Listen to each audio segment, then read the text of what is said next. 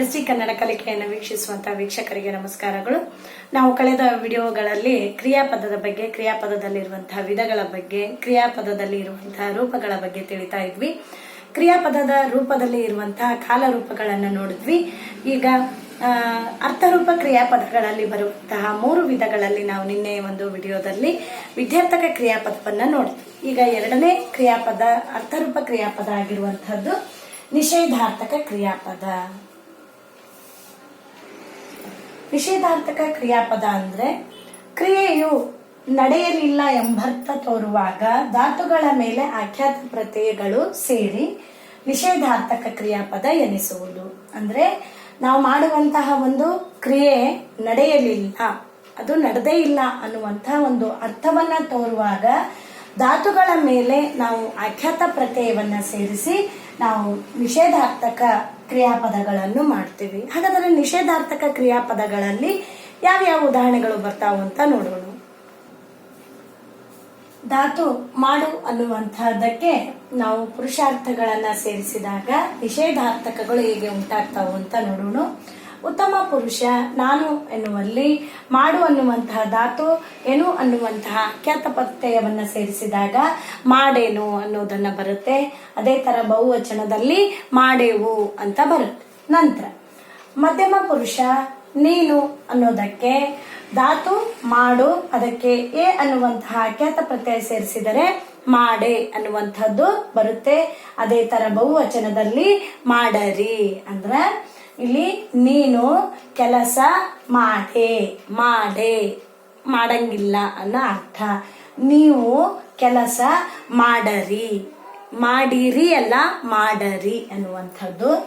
ನಂತರ ಪ್ರಥಮ ಪುರುಷದಲ್ಲಿ ಅವನು ಅನ್ನುವಂಥದ್ದಕ್ಕೆ ಮಾಡು ಧಾತು ಪ್ಲಸ್ ಅನು ಅನ್ನುವಂತಹ ಆಖ್ಯಾತ ಪ್ರತ್ಯಯವನ್ನ ಸೇರಿಸಿದಾಗ ಮಾಡನು ಅನ್ನುವಂತಹ ನಿಷೇಧಾರ್ಥಕ ಉಂಟಾಗುತ್ತೆ. ಅದೇ ತರ ಅವಳು ಮಾಡು ಪ್ಲಸ್ ಅಳು ಮಾಡಳು, ಇವು ಎರಡು ಏಕವಚನ ಆಯಿತು. ಬಹುವಚನದಲ್ಲಿ ಅವನು ಮತ್ತು ಅವಳಿಗೆ ಕೆಲಸ ಮಾಡರು ಅಂತ ಹೇಳ್ತೀವಿ. ನಂತರ ಅದು ಅನ್ನುವಂಥದ್ದಕ್ಕೆ ಮಾಡು ಅನ್ನುವಂತಹ ಧಾತು ಅದು ಅನ್ನುವುದನ್ನ ಆಖ್ಯಾತ ಪ್ರತ್ಯಯ ಸೇರಿಸಿದಾಗ ಮಾಡದು ಅನ್ನುವಂತಹ ಒಂದು ನಿಷೇಧಾರ್ಥಕವನ್ನ ನೋಡ್ತೀವಿ. ಬಹುವಚನದಲ್ಲಿ ಮಾಡವು ಅನ್ನುವಂತಹ ನಿಷೇಧವನ್ನ ನೋಡ್ತೀವಿ. ನಂತರ ಮೂರನೆಯ ಒಂದು ಅರ್ಥರೂಪ ಸಂಭಾವನಾರ್ಥಕವನ್ನ ನೋಡೋಣ. ಮೂರನೆಯದು ಸಂಭಾವನಾರ್ಥಕ ಕ್ರಿಯಾಪದ ಅಂದ್ರೆ ಕ್ರಿಯೆಯು ನಡೆಯುವಿಕೆಯಲ್ಲಿ ಸಂಶಯ ಅಥವಾ ಊಹೆ ತೋರುವಲ್ಲಿ ಧಾತುಗಳ ಮೇಲೆ ಆಖ್ಯಾತ ಪ್ರತ್ಯಯ ಸೇರಿಸಿದಾಗ ಸಂಭಾವನಾರ್ಥಕ ಕ್ರಿಯಾಪದಗಳಾಗುತ್ತವೆ. ಅಂದ್ರೆ ನಡೆಯುವಂತಹ ಒಂದು ಕ್ರಿಯೆ ನಡೀತೈತೋ ಇಲ್ಲೋ ಅನ್ನುವಂತಹ ಒಂದು ಸಂಶಯವನ್ನ ವ್ಯಕ್ತಪಡಿಸ್ತೀವಿ ಅಥವಾ ಊಹೆ ಮಾಡ್ಕೋತೀವಿ, ಅಂದ್ರೆ ಗೆಸ್ ಮಾಡ್ತೀವಲ್ಲ, ಅಂತಹ ಧಾತುಗಳ ಮೇಲೆ ನಾವು ಆಖ್ಯಾತ ಪ್ರತ್ಯಯಗಳನ್ನ ಸೇರಿಸಿದಾಗ ಸಂಭಾವನಾರ್ಥಕ ಅನ್ನುವಂತಹ ಕ್ರಿಯಾಪದಗಳು ಬರ್ತಾವೆ. ಹಾಗಾದ್ರೆ ಉದಾಹರಣೆಗಳು ಏನೇನ್ ಬರ್ತಾವು ಅಂತ ನೋಡೋಣ. ನೋಡು ಅನ್ನುವಂತಹ ಧಾತುವಿಗೆ ನಾವು ಸಂಭಾವನಾರ್ಥಕ ಕ್ರಿಯಾಪದಗಳನ್ನ ಯಾವ ರೀತಿ ಪುರುಷಾರ್ಥಗಳಿಗೆ ಸೇರಿಸಿ ಬರೆಯುತ್ತೇವೆ ಅಂತ ತಿಳ್ಕೊಂಡು, ಇಲ್ಲಿ ಉತ್ತಮ ಪುರುಷ ನಾನು ಅನ್ನೋದಕ್ಕೆ ನೋಡು ಅನ್ನುವಂತಹ ಧಾತುವಿಗೆ ಏನು ಸೇರಿಸಿದಾಗ ನೋಡೇನು, ನೋಡಬಹುದು ಅಥವಾ ನೋಡ್ಲಿಕ್ಕಿಲ್ಲ ಅನ್ನೋದಕ್ಕೆ ನೋಡೇನು. ಅದೇ ಬಹುವಚನದಲ್ಲಿ ನೋಡೇವು, ನಾವು ನೋಡೇವು. ನಂತರ ಮಧ್ಯಮ ಪುರುಷ ನೀನು ಅನ್ನೋದಕ್ಕೆ ಧಾತು ನೋಡು, ಅದಕ್ಕೆ ಈ ಆಖ್ಯಾತ ಪ್ರತ್ಯಯ ಸೇರಿಸಿದಾಗ ನೋಡಿಯೇ, ಆ ಕ್ರಿಯೆಯನ್ನ ನೋಡಿಯೇ ಅಥವಾ ಅದನ್ನ ನೋಡಿಯೇ ಅಂತ ಕೇಳ್ದಂಗೆ, ಅಂದ್ರೆ ನೋಡಿರಿ ಅನ್ನೋ ಪ್ರಶ್ನೆಯನ್ನ ಮಾಡ್ತೀವಿ. ನಂತರ ಪ್ರಥಮ ಪುರುಷದಲ್ಲಿ ಅವನು ಅನ್ನೋದಕ್ಕೆ ನೋಡು ಅನ್ನುವಂತಹ ಧಾತುವಿಗೆ ಆನು ಅನ್ನುವಂತಹ ಆಖ್ಯಾತ ಪ್ರತ್ಯಯ ಸೇರಿದಾಗ ನೋಡಿಯಾನು, ಬಹುಶಃ ಅವನು ನೋಡಿಯಾನು, ಮಾಡಿಯಾನು, ತಿಂದಾನು, ಹೋದಾನು, ಈ ತರ.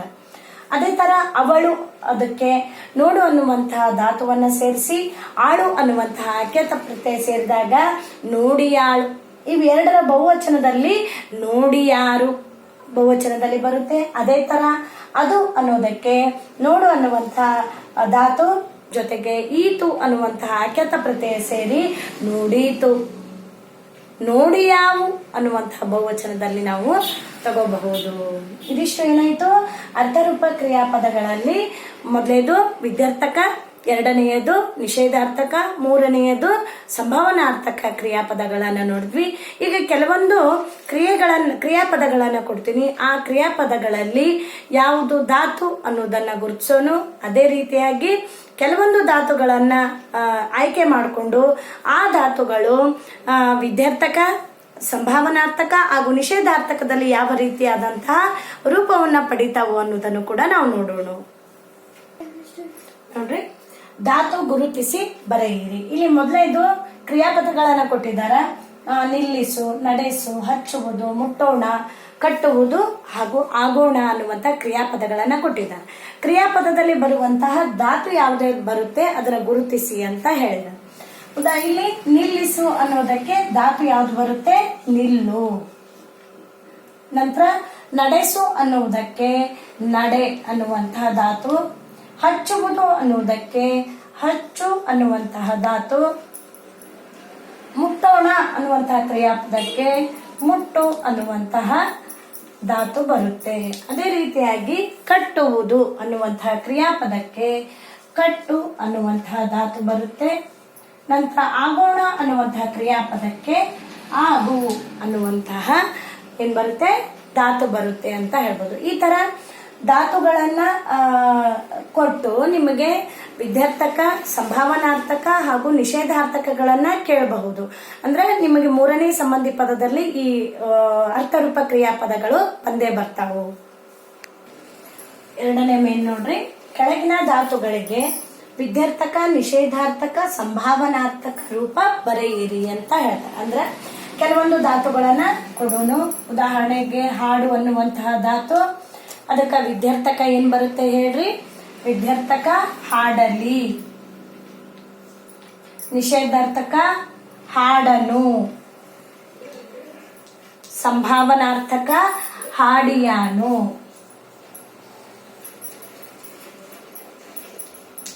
ಇಲ್ಲಿ ಮೂರಕ್ಕೂ ಅಂದ್ರೆ ವಿದ್ಯಾರ್ಥಕ, ನಿಷೇಧಾರ್ಥಕ ಮತ್ತು ಸಂಭಾವನಾರ್ಥಕಕ್ಕೆ ಪ್ರಥಮ ಪುರುಷಾರ್ಥಗಳನ್ನ ಕೊಡ್ತಾ ಇದ್ದೀವಿ. ಹೌದು.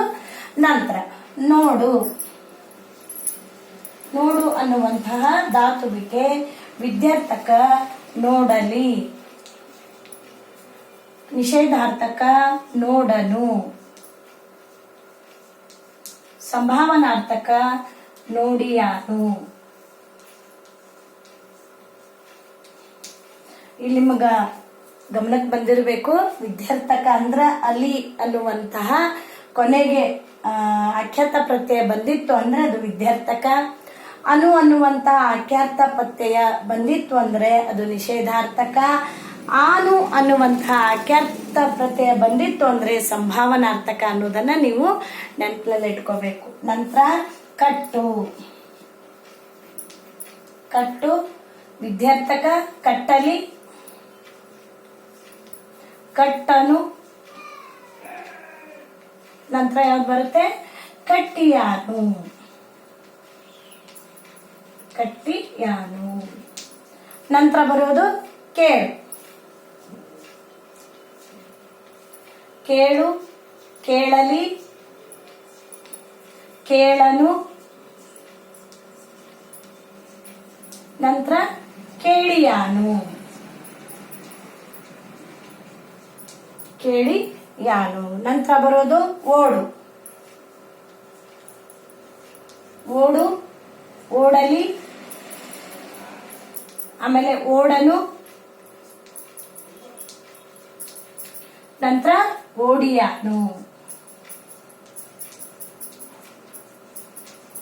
ಈ ತರ ಧಾತುಗಳಿಗೆ ನಾವೇನ್ ಮಾಡ್ತೀವಿ, ಧಾತುಗಳನ್ನ ಕೊಟ್ಟಾಗ ಅವುಗಳನ್ನ ವಿದ್ಯಾರ್ಥಕ, ಆಮೇಲೆ ನಿಷೇಧಾರ್ಥಕ, ಆನಂತರ ಸಂಭಾವನಾರ್ಥಕವನ್ನ ಮಾಡ್ತೀವಿ. ಇನ್ನು ಒಂದು ಬರೆ. ಬರೆ, ಬರೆಯಲಿ. ಬರೆಯನು. ಬರೆಯನು. ಇಲ್ಲಿ ಬರೆದಾನು ಬರುತ್ತೆ. ಬರೆದಾನು. ನಂತರ ಇನ್ನು ಒಂದು ಉದಾಹರಣೆ ಬರುತ್ತೆ, ಓದು. ಓದು ಅನ್ನೋದನ್ನ ಏನ್ ಬರುತ್ತೆ? ಓದು,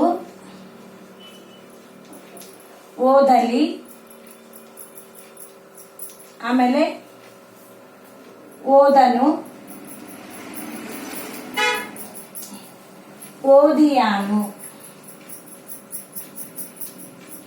ಓದಿಯಾನು. ಅರ್ಥ ಆಯ್ತು? ಅಂದ್ರೆ ಕೆಳಗಿನ ಧಾತುಗಳಿಗೆ ವಿದ್ಯಾರ್ಥಕ, ನಿಷೇಧಾರ್ಥಕ, ಸಂಭಾವನಾರ್ಥಕಗಳನ್ನ ಅವುಗಳ ರೂಪ ಬರೆಯಿರಿ ಅಂದಾಗ ಇಲ್ಲಿ ಧಾತುಗಳು ಬಂದ್ವು. ವಿದ್ಯಾರ್ಥಕ, ನಿಷೇಧಾರ್ಥಕ ಮತ್ತು ಸಂಭಾವನಾರ್ಥಕಗಳನ್ನ ನಾವು ನೋಡಿದ್ವಿ. ಹಾಡು, ಹಾಡಲಿ, ಹಾಡನು, ಹಾಡಿಯಾನು. ನೋಡು, ನೋಡಲಿ, ನೋಡನು, ನೋಡಿಯಾನು. ಕಟ್ಟು, ಕಟ್ಟಲಿ, ಕಟ್ಟನು, ಕಟ್ಟಿಯಾನು. ಅದೇ ತರ ಕೇಳು, ಕೇಳಲಿ, ಕೇಳನು, ಕೇಳಿಯಾನು. ಓಡು, ಓಡಲಿ, ಓಡನು, ಓಡಿಯಾನು. ಬರೆ, ಬರೆಯಲಿ, ಬರೆಯನು, ಬರೆದಾನು. ಓದು, ಓದಲಿ, ಓದನು, ಓದಿಯಾನು ಅನ್ನುವಂತಹ ಕ್ರಿಯಾಪದಗಳನ್ನ ಮಾಡಿ ನಾವೇನ್ ಮಾಡಿದ್ವಿ? ಧಾತುಗಳನ್ನ ಅರ್ಥರೂಪ ಕ್ರಿಯಾಪದಗಳಲ್ಲಿ ಪರಿವರ್ತನೆ ಮಾಡಿದ್ವಿ. ಇದಿಷ್ಟು ಏನಾಯ್ತು? ಕ್ರಿಯಾಪದದಲ್ಲಿ ಬರುವಂತಹ ಪ್ರತಿಯೊಂದು ವಿಚಾರಗಳನ್ನ ತಿಳ್ಕೊಂಡ್ವಿ. ಮುಂದಿನ ಒಂದು ವಿಡಿಯೋದಲ್ಲಿ ಕ್ರಿಯಾಪದದಲ್ಲೇ ಇರುವಂತಹ ಕರ್ತರಿ ಕರ್ಮಣಿ ಪ್ರಯೋಗವನ್ನ ನಾವು ಯಾವ ತರ ಮಾಡುವುದನ್ನ ತಿಳಿದುಕೊಳ್ಳೋಣ. ಅಲ್ಲಿವರೆಗೂ ಎಲ್ಲರಿಗೂ ನಮಸ್ಕಾರಗಳು.